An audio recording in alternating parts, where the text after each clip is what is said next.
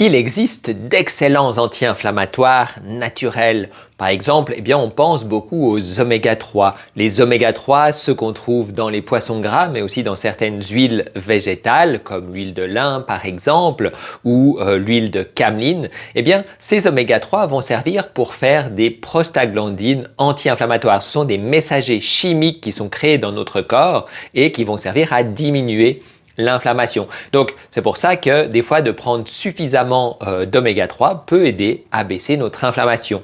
Également, dans la viande, par exemple, on trouve des oméga 6 du nom d'acide arachidonique qui vont favoriser, l'inflammation. Et donc, en diminuant ma consommation de viande ou de charcuterie d'acide arachidonique, ça va me permettre d'avoir un peu moins d'inflammation.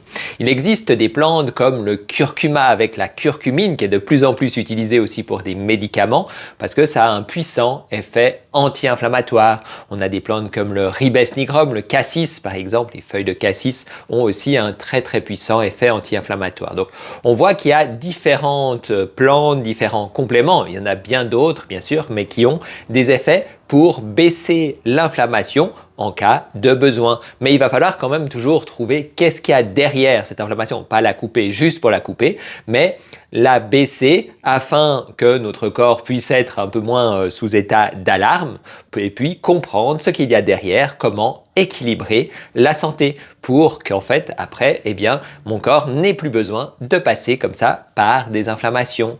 À bientôt!